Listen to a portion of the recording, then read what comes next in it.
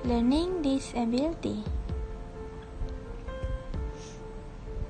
Apakah yang dimaksudkan dengan learning disability? Learning disability adalah satu gangguan neurologikal yang mengganggu keupayaan otak untuk menerima, memproses, menyimpan dan memberi respon kepada maklumat yang diterima daripada deria visual dan auditori.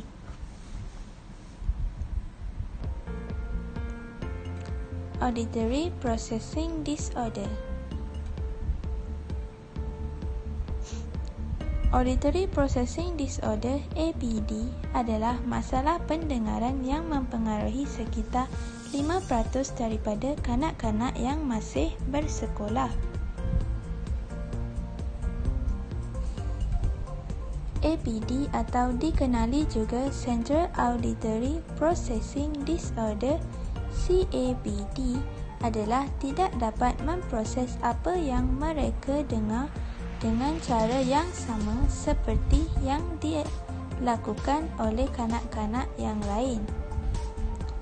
Ini kerana telinga dan otak mereka tidak berkoordinasi secara sepenuhnya.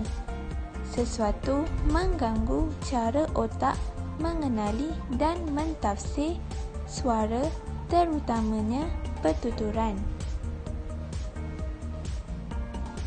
Faktor Auditory Processing Disorder. Yang pertama adalah head trauma. Faktor yang kedua adalah mengambil bahan terlarang semasa mengandung seperti minum minuman beralkohol dan juga merokok semasa mengandung. Jangkitan pada bahagian telinga.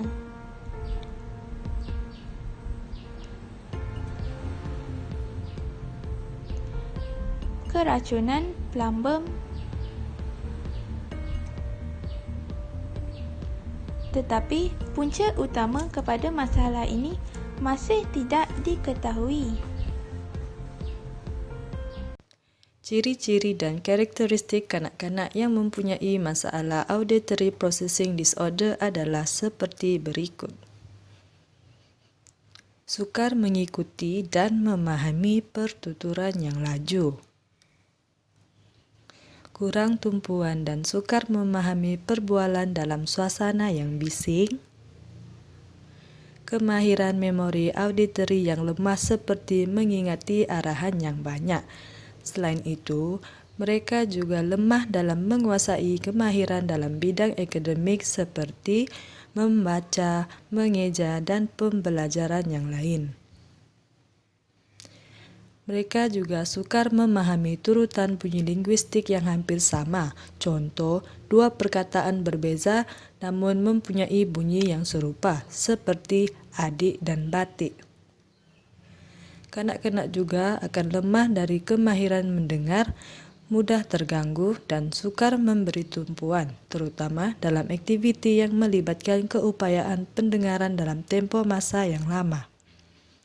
Seterusnya, mereka akan sukar menguasai kemahiran pemahaman mendengar yang lebih tinggi seperti jenaka, teka-teki, dan penggunaan bahasa yang teknikal. Kesan terhadap area of occupation.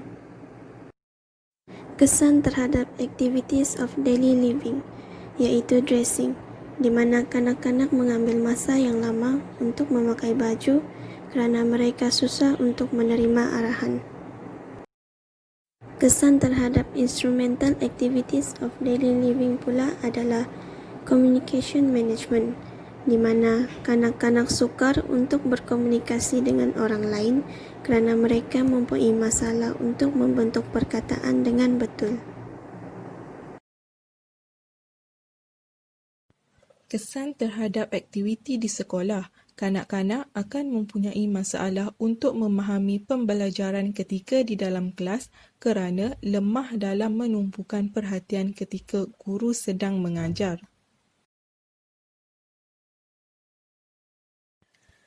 Seterusnya, kesan terhadap play. Kanak-kanak sukar untuk bermain dalam kumpulan disebabkan lemah dalam mendengar ataupun mengikut arahan.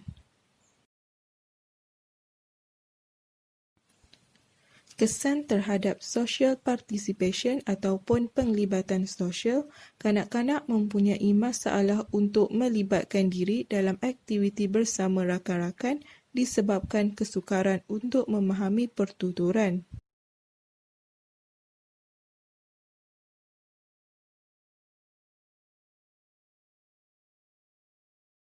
Penilaian yang boleh digunakan adalah sensory profile. Tujuan penilaian ini digunakan adalah untuk mengukur kebolehan memproses deria kanak-kanak. Sensory profile ini boleh digunakan untuk kanak-kanak yang berumur 3 hingga 10 tahun. Terdapat 4 komponen dalam penilaian ini, iaitu user manual. User manual merupakan panduan untuk melakukan penilaian ini. Komponen yang kedua adalah caregiver questionnaire. Caregiver questionnaire adalah borang yang akan dijawab oleh penjaga. Masa yang dianggarkan untuk menjawab caregiver questionnaire adalah selama 30 minit. Komponen yang ketiga adalah short sensory profile. Dalam short sensory profile terdapat 7 item. Antara item yang boleh menilai masalah auditory processing disorder yang dihadapi oleh kanak-kanak adalah auditory filtering. Komponen yang keempat adalah summary score sheet.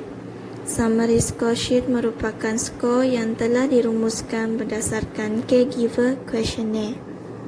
Antara penilaian lain yang boleh digunakan bagi learning disability adalah school function assessment. School function assessment digunakan untuk mengukur prestasi tugas kanak-kanak di sekolah yang menyokong penglibatan mereka dalam aspek akademik dan sosial dalam program sekolah rendah.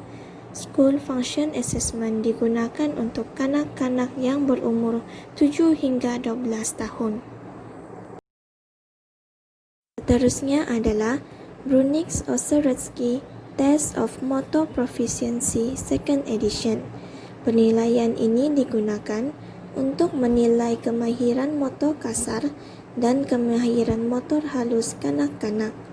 Ia digunakan untuk kanak-kanak yang berumur 4,5 tahun hingga 14,5 tahun.